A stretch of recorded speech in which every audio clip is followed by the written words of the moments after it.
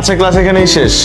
যারা যারা বুঝতে পেরেছো তারা চলে যাও, আর যারা বুঝতে পারোনি তারা বসো, আমি বুঝিয়ে দিচ্ছি।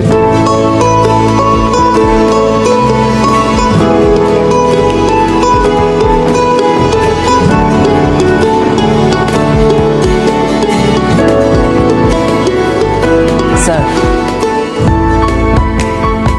যদি কিছু মনে না করেন একটা প্রশ্ন করি?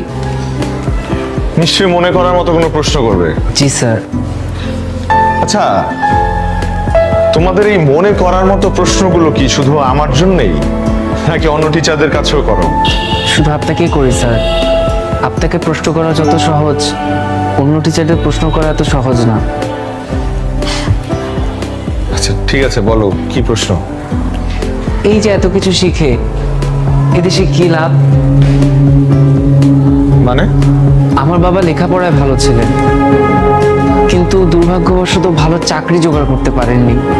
কিছুদিন পর পরই তার চাকরি চলে যায়। তখন আমাদের পরিবার একদম অসহায় হয়ে যায়। বাবা আবার চাকরি খোঁজা শুরু করেন, কিন্তু ভালো চাকরি পান না। আগের থেকে কম বেতনে তাকে চাকরিতে জয়েন করতে হয়।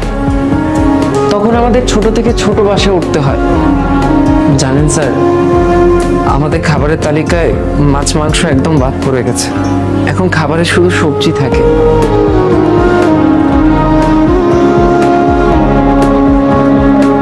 প্যালেস্টাইনের গাজার রাফার পশ্চিম তীরে দিনের পর দিন অনাহারে লক্ষ লক্ষ মানুষ দিন কাটাচ্ছে।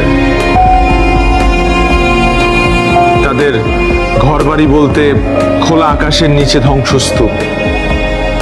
আতঙ্কে দিন কাটে তো রাত কাটে না, রাত কাটে তো দিন কাটে না। এখন তুমি আমাকে বলো, তোমার অবস্থা কি তাদের চাইতেও করুন? নিশ্চয়ই না।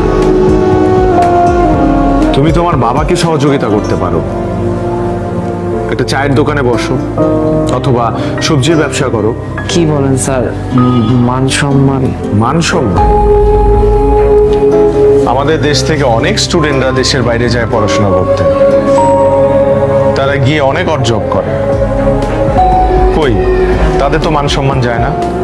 আরো প্রাউডলি তারা বলে, দেখো অনেকজন মিলে যদি তোমরা এই কাজ করো তাহলে মান সম্মান যাবে না, উল্টা তোমরা উদাহরণ হয়ে দাঁড়াবে, সবাই তোমাদেরকে ফলো করবে। তুমি অনলাইনে ডেলিভারি করতে পারো, আরো কত কিছু, রাইড শেয়ারিং করতে পারো, কত কিছু আছে। কিন্তু স্যার, মূলধন পাবো কোথায়? কেউ শ্রম দিয়ে সহযোগিতা করবে, কেউ মূলধন দিয়ে সহযোগিতা করবে, এরকম খুঁজে বের করতে হবে। রুবায়েত স্যার, তুমি কি ওকে ক্যাপিটাল দিয়ে সহযোগিতা করতে পারবে?